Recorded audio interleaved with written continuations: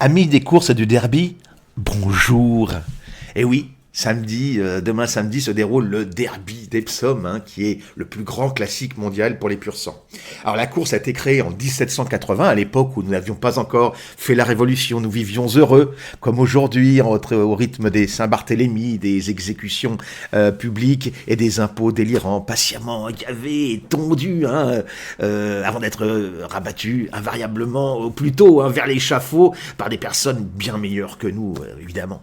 Julio Iglesias disait qu'il n'avait pas changé. Charles Aznavour, non, je n'ai rien oublié. Je n'invente rien. Plus ça change, plus ça continue. Vous avez vu, je chante comme Anne-Sophie Lapix au crépuscule de sa belle carrière.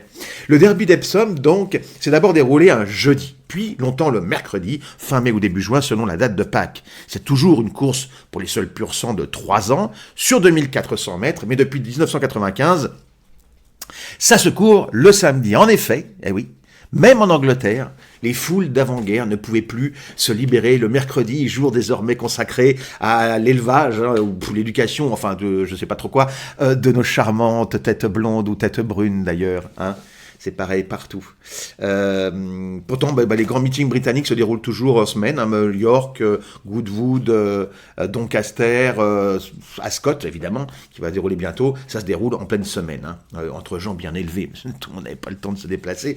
Alors quand les autorités anglaises ont décidé de modifier la date, le jour de semaine du derby, ça a beaucoup râlé. Et à présent, il faut bien reconnaître que l'événement ne bénéficie plus, si vous voulez, d'une couverture médiatique semblable à celle du passé. Bon, d'abord parce que, comme en France, le public n'a plus rien à faire, en fait.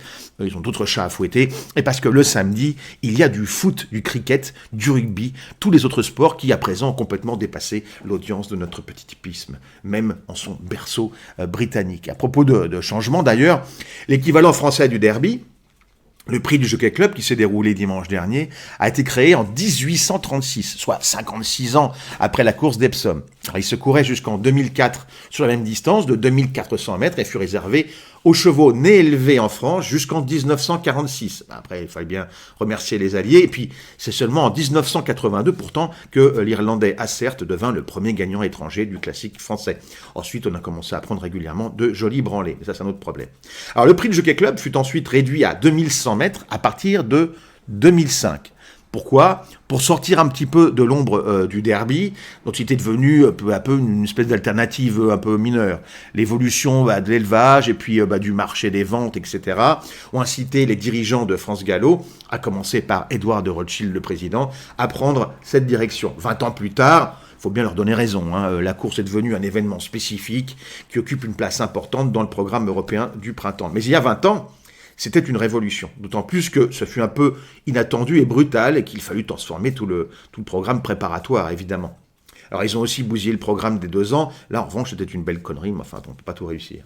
Mais alors, pour revenir sur la distance du derby français, donc le grand public se tamponne toujours royalement, je vous le rappelle, ce fut vraiment la guerre. Des articles pour nous dire qu'il ne fallait surtout pas faire ça, que la race du pur sang avait besoin de cette course, de cette distance pour prospérer, pour garder son identité, garantir son excellence. Alors attention, ces arguments étaient parfaitement recevables d'un point de vue technique. Peut-être qu'effectivement, ne pas imposer 2400 mètres, c'est-à-dire 1,5 miles, c'est affaiblir à la longue la solidité, la résilience de l'élevage du pur sang. Bon, cela dit, son équivalent au féminin, qui est le prix de Diane qui va se dérouler 2 semaines plus tard, c'est toujours couru sur 2100 mètres et personne n'a jamais trouvé à y redire. Alors pourquoi ? Je ne sais pas trop, à vrai dire. Ma théorie, c'est que le patriarcat, en fait, a estimé que les femelles ne pouvaient subir ce que subissaient des mâles. C'était une forme d'anthropomorphisme, si vous voulez. Alors, le même qui, à mon avis, empêche d'ouvrir les grandes courses aux chevaux castrés, vous voyez. Alors, les plus optimistes pouvaient aussi voir cette différence de distance entre les mâles et les femelles, si vous voulez, une forme de galanterie socialo-zoologique. On ne voulait pas épuiser les femelles avant qu'elles n'aillent au haras, alors que le mâle, lui, devait montrer toute sa force et son courage sur le champ de bataille. N'oublions jamais, en fait, que nous n'avons jamais quitté l'esprit féodal. Si on mettait un costume 3 pièces après un bon bain à Bertrand du Guesclin, il passerait sûrement pour un des frères de Bolloré. Un survêtement, une casquette Gucci et une sacoche Lacoste à Abdelkader, au Négus ou à Louis XI, il passerait pour des fans du PSG. Nous sommes les mêmes êtres humains que ceux de l'époque de Ramsès II, de Jules César, de Charlemagne, de Saladin, de Jeanne d'Arc, de Louis XIV, de Napoléon, d'Edgar Faure, de Pierre Messmer, de Michel Poniatowski et même de Mère Denis. Exactement les mêmes. À une différence, ceux-là, ils savaient écrire, en revanche. Ainsi donc, enfin, le changement de distance du Jockey Club, ça a été considéré comme une grande révolution. Mais les arguments contre, même si c'était parfois valable, tenaient plus quand même de la conviction religieuse que de l'expérimentation scientifique, à peu près d'ailleurs impossible dans ces circonstances. Et surtout, le fait est que la course tombait en désuétude parce que les meilleurs 3 ans d'Europe continuaient d'être dirigés de préférence sur Epsom que sur Chantilly. Nous étions devenus une espèce de sideshow, une vedette américaine. Donc le Jockey Club sur 2100 mètres, en revanche, c'est l'équivalent hippique de la réelle politique chère à Kissinger. Quand on y pense, c'était amusant d'ailleurs de voir tous ces gens s'écorcher vifs pour 300 mètres d'un parcours, pour 2400 mètres, etc. Tout le monde, encore une fois, tout le monde se foutait par ailleurs et continue de s'en battre l'œil. Et ils s'en foutent à peu près tous autant, si vous voulez, de la distance du Jockey Club que moi, je me tape des résultats de l'équipe de France de foot, de la carrière de Didier Deschamps et de la forme d'Ousmane Dembélé, c'est vous dire. Dans le monde des courses, faut le dire, a du mal à évoluer, et s'il n'évolue pas et dans le bon sens, il périra. Rien n'oblige d'ailleurs quiconque à avoir des chevaux de course et à payer pour les faire courir. Tel le Néandertal, le turfiste sera sans doute supplanté par l'Homo footix.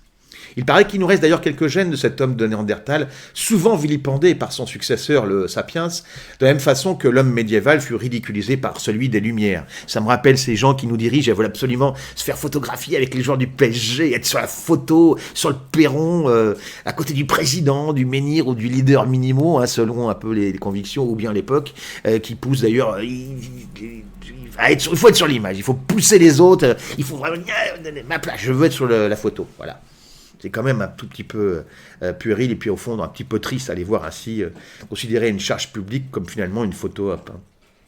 Et surtout ce qu'ils veulent c'est laisser leur trace, nous emmerder sans jamais considérer le sacrifice de leur carrière comme une alternative envisageable au bien commun. C'est quand même très médiocre tout ça.